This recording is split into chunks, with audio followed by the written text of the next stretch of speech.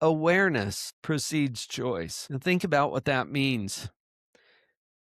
Until you're aware that you have a choice, you don't. You'll just roll with whatever your programming is. And either we drive our thoughts or our thoughts drive us. And usually we don't stop to think about our thinking. There's a term for that too. It's called metacognition. If you think about that word, cognition just means thinking, but metacognition is a higher level. It's thinking about thinking. And that allows us to have some awareness, which puts us back into a position of choice.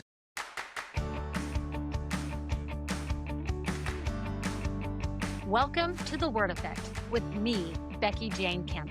This show is all about the language of leadership and how the words you choose shape confidence, resilience, and connection in leadership and in life.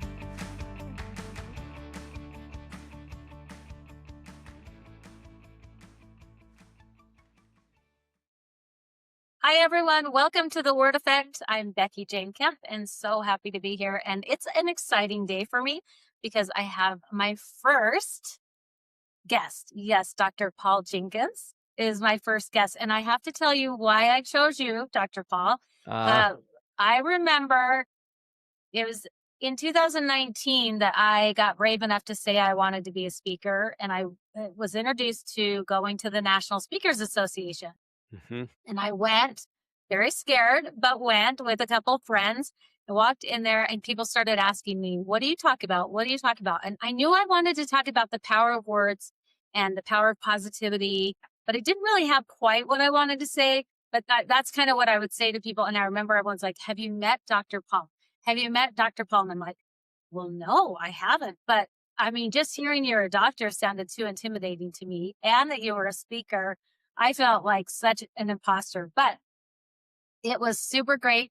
We didn't meet immediately, but through time, we've kind of rubbed shoulders. We've spoken at some Get Paid to Speak events together. We've been in the NSA, National Speakers Association together, done a lot of great things. And so thank you for being my first guest today. I'm so excited. Oh, thank you. I think I owe you one, Becky. I don't know. You were a guest speaker at an event that I held last year up in Park City. Do you remember that? I did. I came up to your retreat, your positivity retreat. Yeah. And that was really fun. You had a great group of people. And I've seen ever since we met that we're on a similar wavelength. I think we've got a similar mission, to liberate people through the power of words, but also positive psychology, which is my specialty. Yes. And so I thought you'd be a great guest at this event that I held for a number of my clients up there in Park City. Yes. And that was really fun. And I do think what I have found is that there's a lot of truth out there that a lot of us but we kind of put our own spin or our own take. But I know that you do talk about the power of positivity. And we're going to talk about that in just a minute. But what I like to do is kind of have you first just tell us a little bit about you, how you got into this profession. Because I know that you were a doctor practicing psychologist, right? But now you do more of the coaching, but all about the power of positivity. So go ahead and tell us a little bit about you, and then we'll jump into things. Well, you know what, Becky, if we go back even a little bit farther, my major when I started at the university, chemical engineering. Wow. Yeah, right. So obviously there's been a journey. Some shifts. Yes. And it has been a journey. I was just doing a master class on this earlier today about purpose and how our purpose unfolds and evolves over time. I don't think we go find our purpose. I think it's installed. It's already in us. And there's a process of unfolding it and allowing it to evolve. So, yeah, chemical engineering. I mean, I was the valedictorian at Wasatch High School when I graduated a few years ago. Yeah. And what do? You go into engineering, of course, if you're good at math and science. And so that's what I did. And we didn't even have a psychology class at my high school. Really? I'm sure they do now. They've evolved too. Yes, they have. So you were practicing as a psychologist, but then I remember a while back you told me your story that you decided you wanted to do more coaching and shift just a little bit. What happened? What made you decide to? That was all part of the evolution. Okay. After I had switched over to psychology and I was loving psychology, but I was also doing yuck work, like child custody evaluations for the court and just nasty, uh, high conflict kinds of things. I learned a lot. I'm grateful for that. But there came a time when I was so busy, you couldn't even get an appointment with me in months.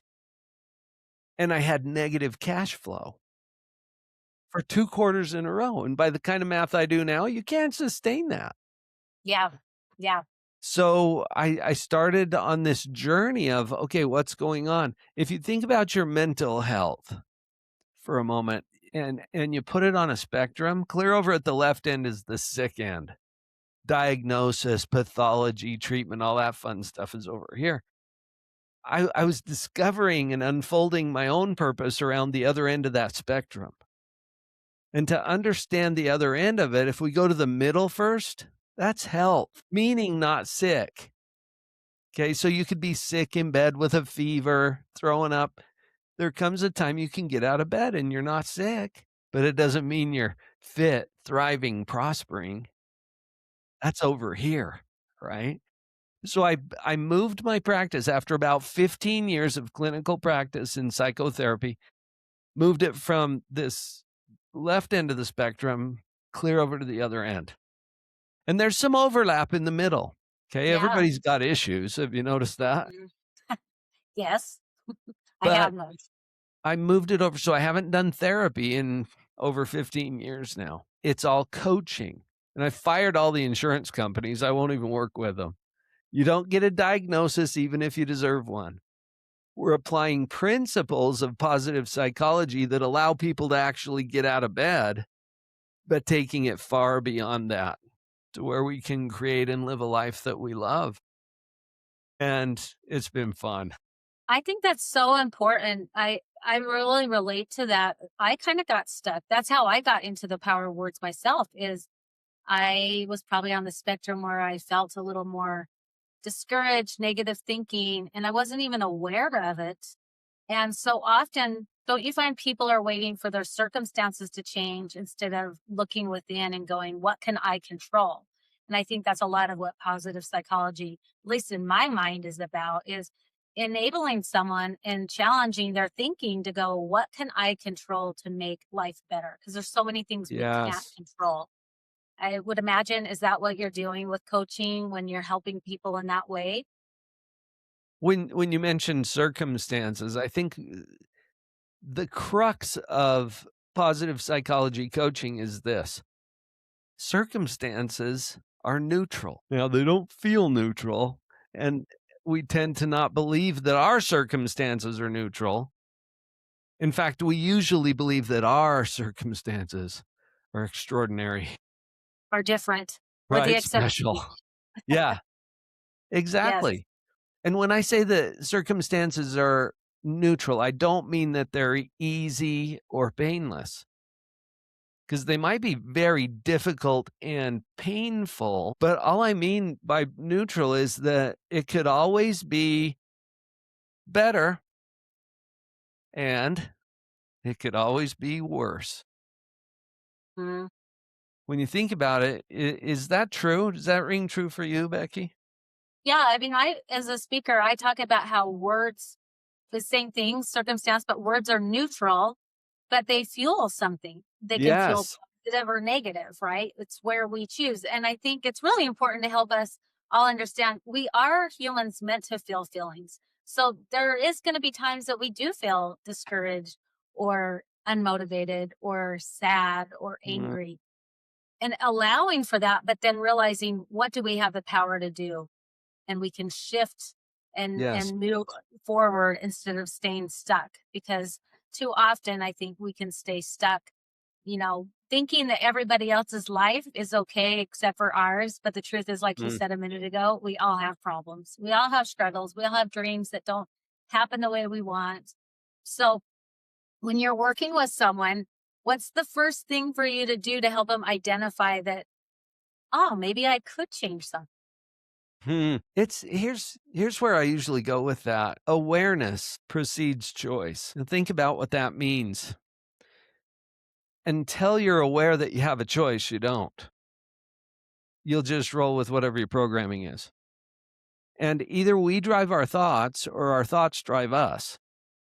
And usually we don't stop to think about our thinking. There's a term for that too. It's called metacognition. If you think about that word, cognition just means thinking, but metacognition is a higher level. It's thinking about thinking. And that allows us to have some awareness, which puts us back into a position of choice.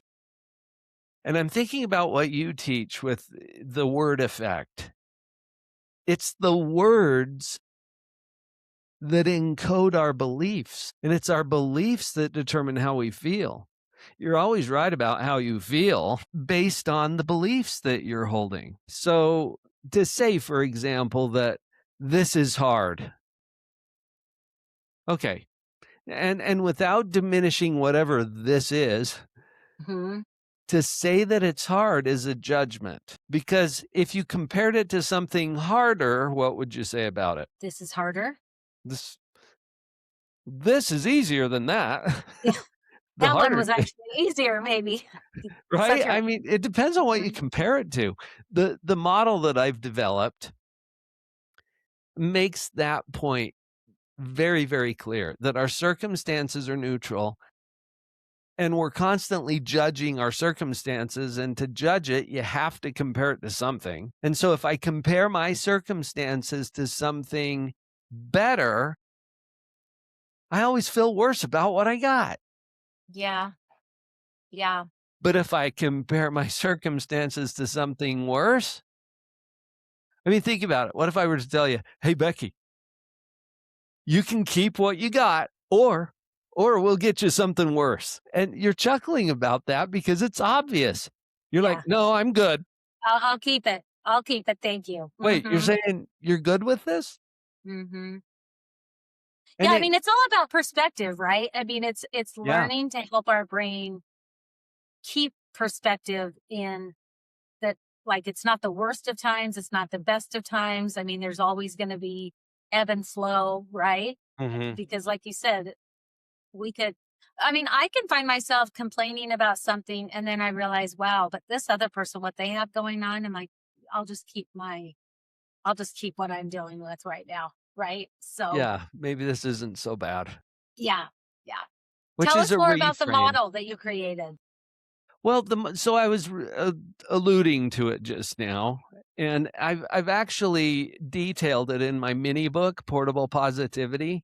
And we're gonna Nice. make a free copy of this available to anybody who's listening. So if you're Yes. listening, we'll put a link in the show notes and stuff. You just have to remember my name, drpauljenkins.com, and then the name of this podcast, The Word Effect. Just do a little forward slash And after I remember, Dr. Paul, when drpauljenkins.com. I got my copy of this, it was during COVID Yeah, and everything had kind of shut down.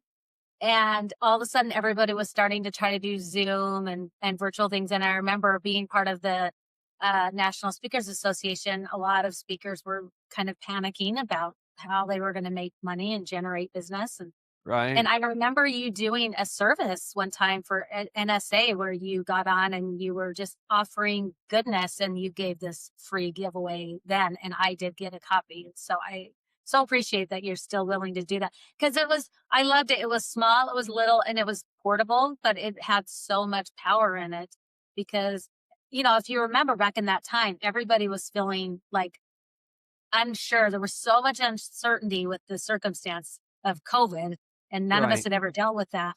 But to just offer that resource of how to step forward, I love that you still offer it today because it's a powerful tool. You know what? It's a life-saving tool. And I say that might sound like hyperbole, but I know lives that were saved by this. Because and you were asking, what does the model look like? I've got a graphic of it here where it is what it is. Okay, this is your circumstance, and I put that right in the middle. It could always be better, it could always be worse. And our brain is doing at least two things with this. You can't turn it off. It's kind of like gravity. Your brain has to judge what it is. And I use the word evaluation because it's less judgy. But that's what we're doing.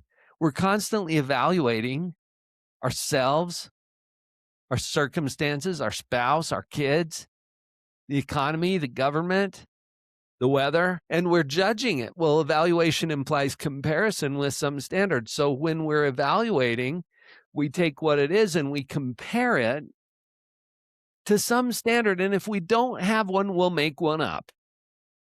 Our brain's really good at filling in the blanks, right? Yeah, we got a really great imagination. So when you compare what you've got to something better, you feel worse about what you've got. But if you take that same what it is, that same circumstance, and you compare it to something worse, "Well, I'm good with this," right? You feel differently about the what it is. The what it is doesn't change. And sometimes we can't change our circumstance anyway, so we get to choose how we're going to evaluate it. And that's really important because we're not done yet. Your brain is going to go into creation mode too. And, Becky, I believe this even from a spiritual standpoint. I think we are creators. I agree. I agree. We can't turn it off. So the only question is, what are we going to go create? Right? Hmm. The only starting place we have for that is what it is. Now we get to start imagining because everything is imagined before it's created in the real world. We have a Pinewood Derby coming up for our family reunion, Wow. and I Are am you getting making a into it? car. Look Yeah, at you. I will. Oh, yeah, because you have that engineering background. You're going to design me something just great. So I've designed a Pinewood Derby car that is an upholstered leather couch because I'm Fancy. a leather crafter and a wood carver. So I'm combining those to make a little couch, and I'm going to upholster it with actual genuine cowhide. Wow. And I'll send you a picture when I'm done. Yeah, I want to see it. But I can't just go make that. I have to see it here first. I have to imagine it first because that's an essential element of creation. You look around you, everything in your room. It didn't just poof into existence. Somebody had to think it up first. And then there's a process of reorganizing the elements to match the picture in your head. And that's what I'm doing right now with my knives as I carve this couch, which will be a Pinewood Derby racer. So when's the big race? It's Pioneer Day. Okay, so you got a few We more have a little weeks. holiday here in Utah called Pioneer Day on the 24th of July. So I got Yes, a to couple of celebrate. weeks from the Yeah. recording Oh, time. that's awesome. Yeah. Um, so what I love is I say the same thing, and just that what you think about, you bring about. And Yeah. every thought was a thought first, and then it does create something. And our thoughts drive our feelings, and those feelings are what drive the actions to create the result that we want, right? Like that's a model that I use oftentimes as well. What do Yes. you find though? I'd love to hear. I sometimes have people come up to me and say, "So do you just think happy thoughts all the time? Are you just always happy?" Like, have you ever had someone ask you that and kind of be almost like cynical, Yeah. like, "Okay, so the power of positivity, yeah, right. Like, you don't know what my life is." Or, I mean, how if someone were to come Right. ask you that, what would you say? Humans have a whole spectrum of feelings, and we're supposed to. How are you supposed to feel when something happens? Right? And when I say when something happens, it's like I got a call from my dad early on a Monday morning telling me my brother had died, 13 months older than me. I mean, we grew up together. He died before he turned 59. I passed him up last year, right? And how are you supposed to feel when something like that happens? And newsflash, nobody gets out of this alive. So if you choose to love people, guess what? You're going to feel that. When, not if. When there's a separation. So, do I always feel happy and cheerful? No. Sometimes I feel sad. Sometimes I feel frustrated. Sometimes I feel annoyed. I'm a human. I have all the Yes. feelings too, right? Yeah. One of my coaches pointed this out. I think you know Jody Moore. Yes. I hired Jody to coach me for a year. It was fantastic. And she taught me this. She says there's a difference between real pain and neurotic pain. Okay, so real pain is the pain that we are designed to feel. Pain serves us well. I wrote about this in my big book, Pathological Positivity, where children sometimes are born with a condition called congenital analgesia, which means that they don't have the ability to experience pain, and they are at high risk for injury and even death because their little brains, their nervous systems don't tell them to remove their hand from the hot stove. If something's hot. They get things in their eyes, and your eyes are so sensitive to pain. And so if you get something, even a little thing in your eye, it's like, it's driving you crazy. Not these kids. So they get injured, and they're such a high risk. So pain is our friend. Yeah. And we're supposed to experience pain. How are you supposed to feel when your brother dies? Well, kind of like I felt when my brother died. Now there's neurotic pain. And neurotic pain is the unnecessary pain that we create for ourselves because of the story or the narrative that we create in our own mind. And a lot of us do that without even knowing, right? Wouldn't you say? Yes. I mean, the story's always telling, and it's what back to what you were saying earlier, becoming aware. Wait, this is a story, and I don't have to stay here. It can be so subtle. Now we know.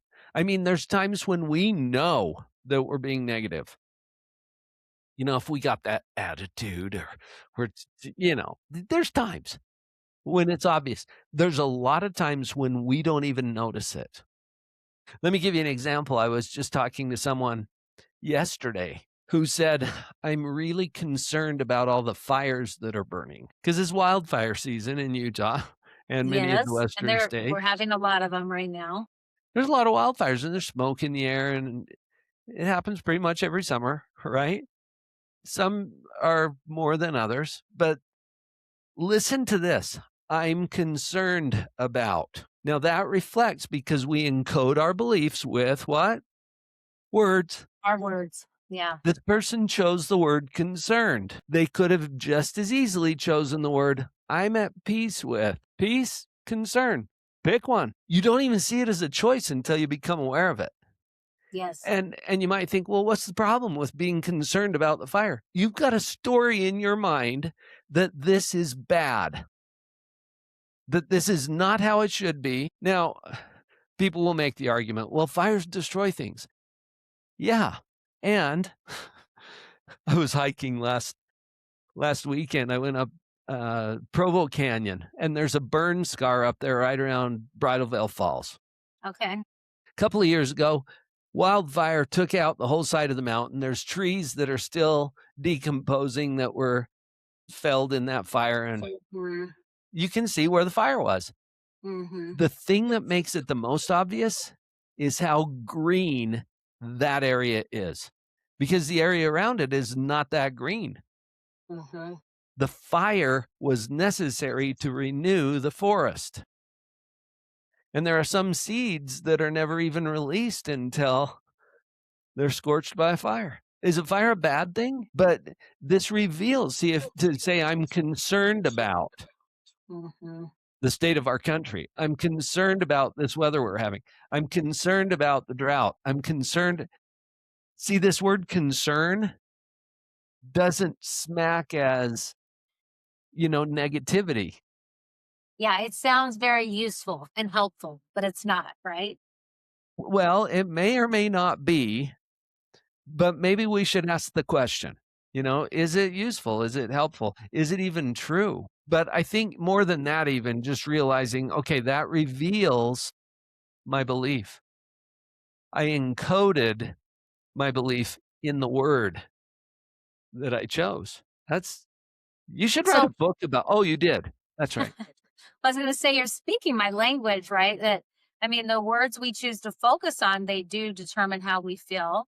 And sometimes they can be, I've had to learn, like, my husband is really positive and he tends to not worry about things until they need to be worried about. I, on the other hand, am a worrier ahead of time. And one time I said to him, this was several years ago, but I'm like, how do you not worry about things?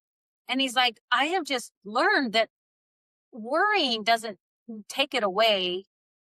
If you anticipate worrying, normally it doesn't happen the way you think it's going to happen. And you wasted a lot of time worrying about something that didn't happen. Right. So, kind of back to what you're saying, I have had to really work on that through my years of just learning how to put on the power of words to make a difference. When I notice I'm worrying about something in the future, a lot of times I try to pull myself back into today, get gratitude for what is right now, kind of like what you were talking about, instead of the worst case scenario that ultimately might not even affect me. And when something does happen, I'll be prepared in that moment to take care of it. I mean, that's what we can trust in ourselves. But it is it's a practice. It's something you have to practice because, I mean, turn on the news and anyone could be worried about any sort of thing because, 90% of the news right now is negative, right? And so by the time you get done listening, you just want to crawl under your sheets and, say, I give up. Right. But there's so much good. How do we find the good? When you mentioned worry, I was thinking about what Dan Zadra said about this. He said, worry is the misuse of imagination. Mm, And I love that because it calls to our attention, oh, we're imagining some particular outcome. And it's not now, it's in yes. some future time Future frame. time. Mm-hmm. Going back to the model real quick, when we get to creation mode, we have to imagine what we're going to go create, right? But we can't turn this part off either. So our brain is going to predict or imagine what is to be. And that doesn't exist yet. We haven't created it yet. So when we imagine that what's coming is even worse than what we already have, what do we feel? This is the worry, right? Negative and worry. Yeah. Anxiety. There's 30 years of Mhm. clinical experience in a nutshell. Yeah. Anxiety is when we imagine worse things are on the way.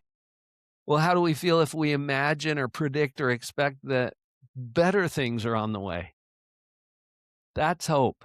And I said this saves lives. Hope is the number one preventative factor for suicide. We know that because hopelessness is the number one risk factor. And so And you feel hope by where you put your focus, right? If you can raise your gaze and find a little bit of hope, it gives you you get to the choose. opportunity to create. Hmm.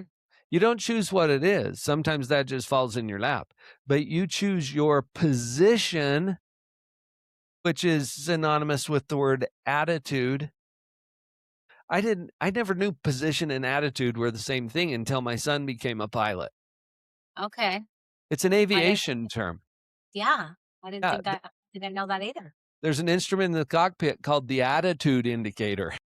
Okay. And I even tried to correct him. I'm like, "Oh, you mean altitude, right? I'm not a pilot." He's like, "No, dad, attitude. It's the position of the plane relative to the ground or the horizon."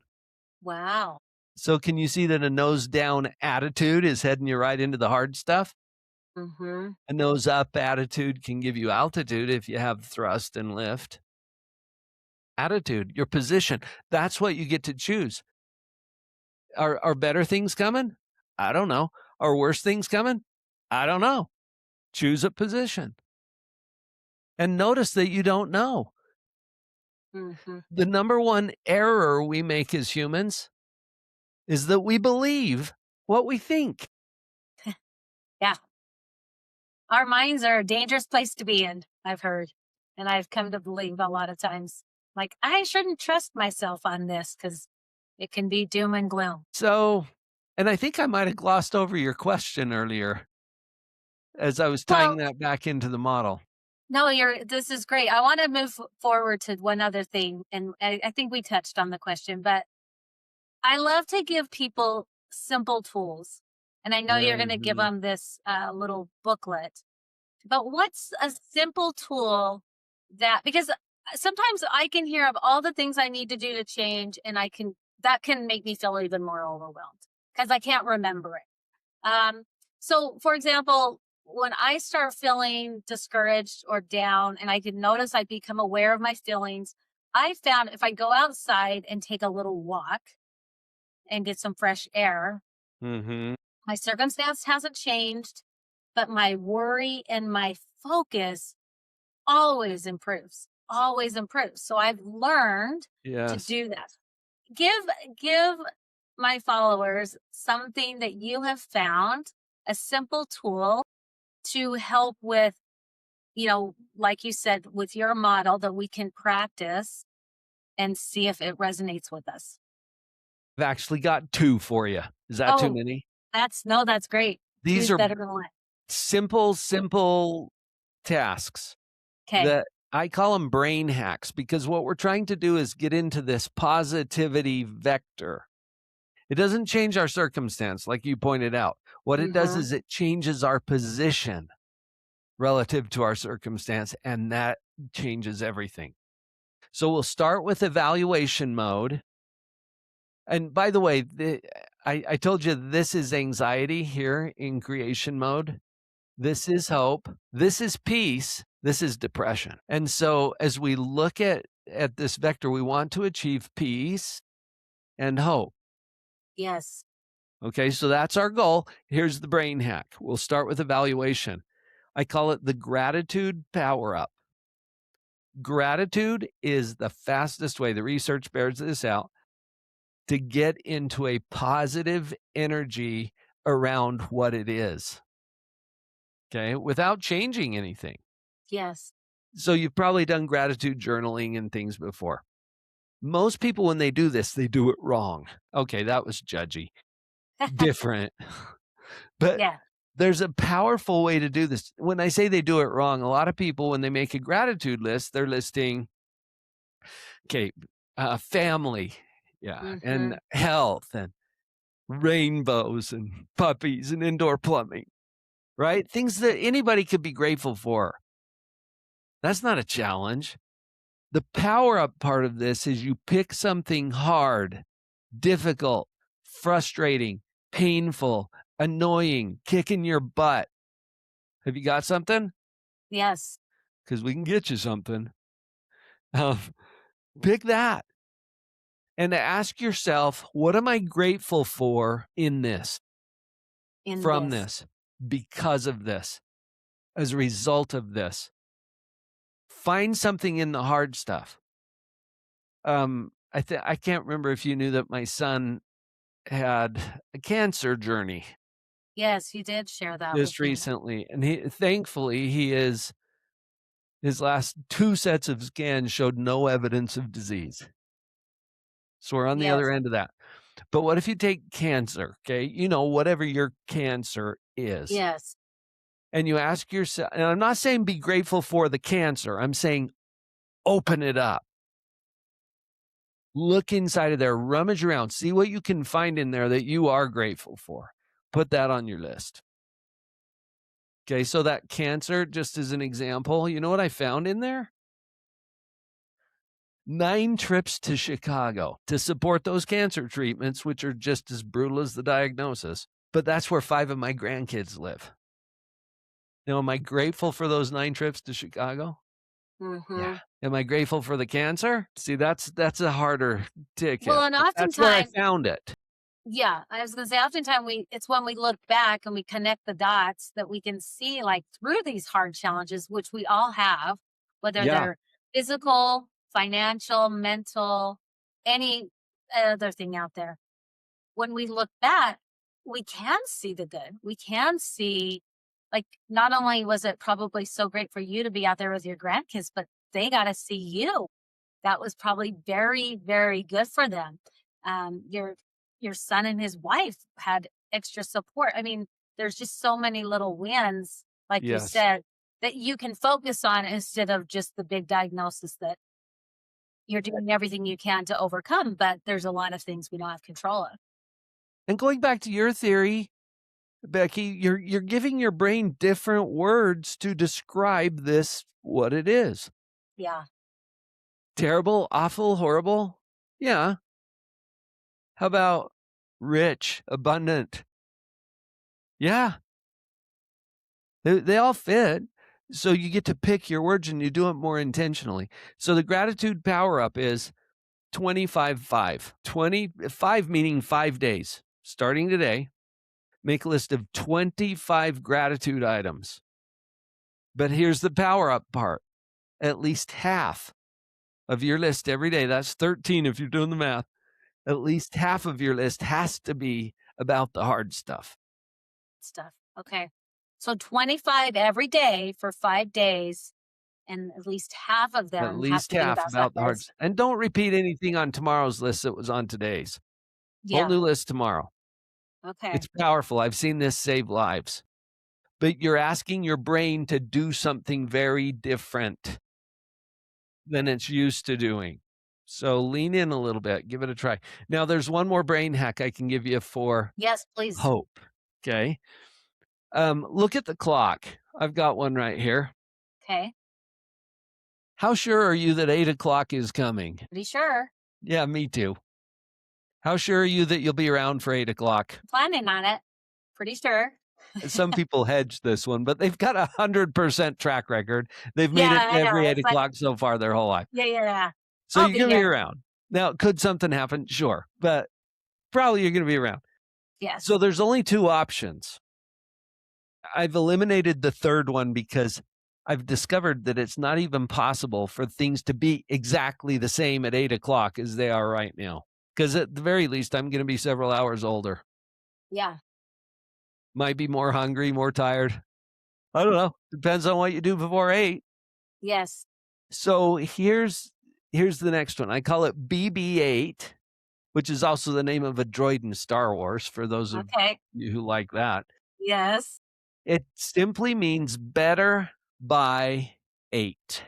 Ooh. So think about 8 o'clock. Now ask your brain to give you an idea of something you could do to make your life better by 8. And I'm not talking next week, next month, next year. 8 o'clock. Today. Yeah. And you can pick whatever relationship, your health, your finances, whatever. You're the creator. You pick something. It could be a little thing, could be a big thing. Totally up to you. What do you notice your brain doing with this? It's thinking about a solution. It's looking for something to improve upon.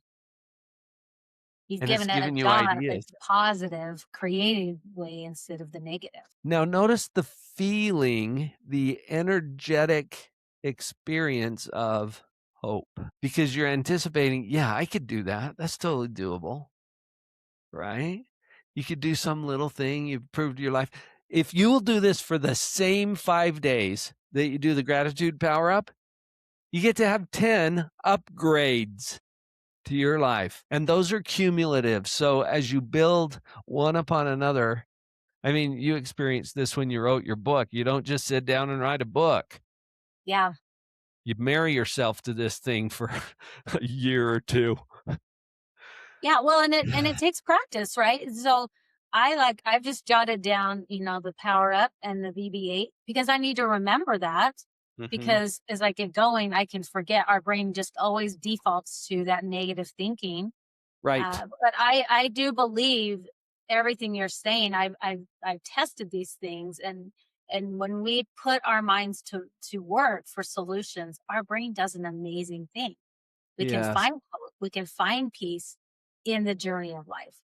Uh, but some people might think, "Yeah, it's too easy. It's never gonna work." But, try it. Like, what do you have to lose? And that's what I love about the words, Dr. Paul, is they're free to everyone, right? Like, Mhm. finding gratitude today, anyone can do. Anyone can do that, Yes. Thinking about what's gonna be better in my life by 8 o'clock, anyone has access to that, regardless of the circumstance. And I love that because it makes it very approachable for people. In addition to the words, watch your punctuation. Mm, Because when you're doing the gratitude power up, for example, because your brain is used to thinking about this thing, this cancer or mhm. whatever it is, as being bad, your brain is going to possibly do this. Well, what is there to be grateful for in this? Which is a great question, but it wasn't a question. It was a statement disguised as a question. It was a complaint. It was a protest.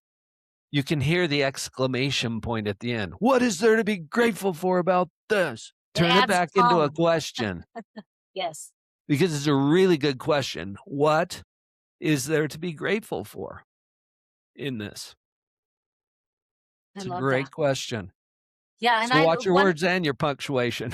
one of the best things, in my book, The Word Effect, which you were so kind to be you wrote the foreword I of got my to write book. you a So forward for that. thank That you. was such an Yes, honor. I so appreciated that. But in my book, The Word Effect, and I talk about 7 simple words to create your most beautiful life. And this is where I feel like we parallel so nicely. My first word is acknowledge, and that could be awareness too, like to acknowledge what's around. But the second word that I help people focus on is to ask better questions. And we need to ask better questions of ourselves, just like you said, instead of putting an exclamation point on it, asking more of a question. And instead of why is this happening, I like to teach people, how do I step forward? Or how do I find gratitude in this instead of why? Because when we focus on why or we focus on the negative, it just grows. Our brain will just continue to tell us more of those things. But when we focus on how or give our brain a job to do, our brain actually does a really good job to help us step over things, look past things, keep moving forward, right? Mm. You've got a powerful mind. And just Yes. like other power tools, they can be dangerous. Yes. But when you follow the operating instructions, and I really think of this model as the operating instructions for the equipment, and you can get that brain working for you, not against you. And it's not really working against you, it's just trying to do its job to keep you safe. Yes. Yes. And so thank you so much for giving us this awareness. I love your model. So if people download your book, the model will be in there with more detail, the This portable is positivity. this is a step by step. I just break down the model Okay. as little piece at a time and Well, that's explain the the way whole I like thing just things. step by step. That is perfect. Yes. I so appreciate you offering that gift. So to get that, you can go to drpauljenkins.com/, the word effect. Anything else you want to share as we say goodbye? One last tip, takeaway, something that you've been working on yourself with the power of words that have been like influencing you right now with the goals and dreams that you're working towards. I think what immediately comes to mind is something that I heard recently from Price Pritchett. He's got a PhD kind of like me, and he's written some books and things, and he was doing an interview where he posed the question, what's more important, increasing our positives or decreasing our negatives? And I wanted it to be the positives Yeah. because that's Yeah. what I do. Yeah. The research shows it's the negatives. If we can diminish those.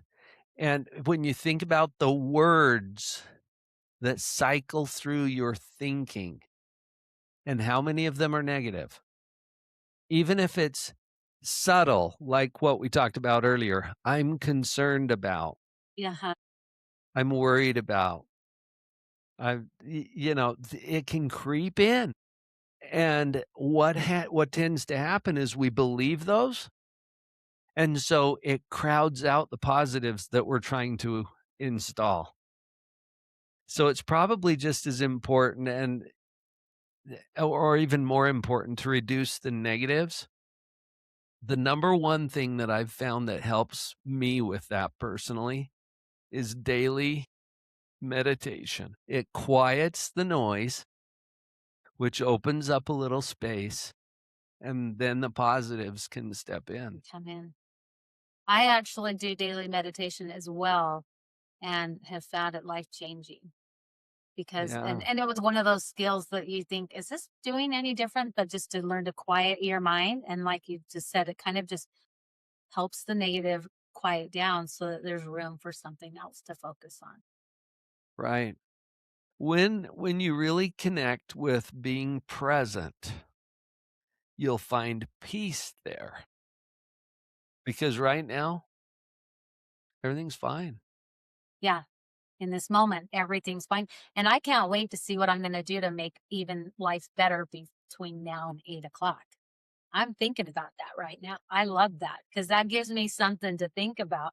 Because, at the end of the week, I can be thinking of all the things I didn't get done instead of focusing on what I did get done. And this just offers hope. I can feel hope just by having that thought process of it just gives my brain the opportunity to think things that provide hope. And then you show up to life differently. Yes.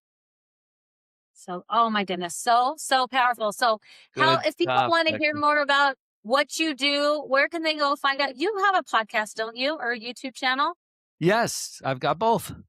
Okay, And the podcast is Live on Purpose Radio. The YouTube channel is Live on Purpose TV. okay, They both, and they're different shows. They're completely different. We're launching a new platform called Positives, oh, and that's where we'll be providing daily guided imagery meditations around positivity, weekly members only podcasts about the topics around these positive psychology principles, and monthly master classes, which oh, is what I was awesome. teaching this morning. So Oh, that's so that's awesome. about to launch. And the best way to stay connected, though, go grab the mini book. This Okay, is a gift for you to know about the model. So go get it's at drpauljenkins.com/the word effect. And what that also does is it puts you on my list so that you will be notified when we launch the Positives platform. I So, love that. And I just want to encourage people, these simple truths, they matter. These simple things are the shifts that can make your life be down here or up here. Because our circumstances we can't change. Most of them are we don't have control of, but we can still find joy in the journey of life. And it's these small little tweaks. So thank you so much for this gift. Thank you so much for the conversation. I so appreciate it. Until mm, next you're time, welcome. everybody, we are going to keep being intentional with our words. We're going to become more powerful with our words that we choose to put on each day because our words matter.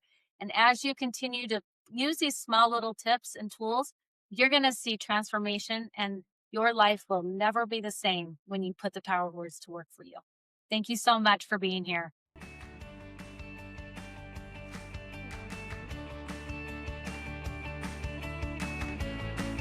To learn more about my work as a leadership speaker and coach, visit becomingwithbecky.com.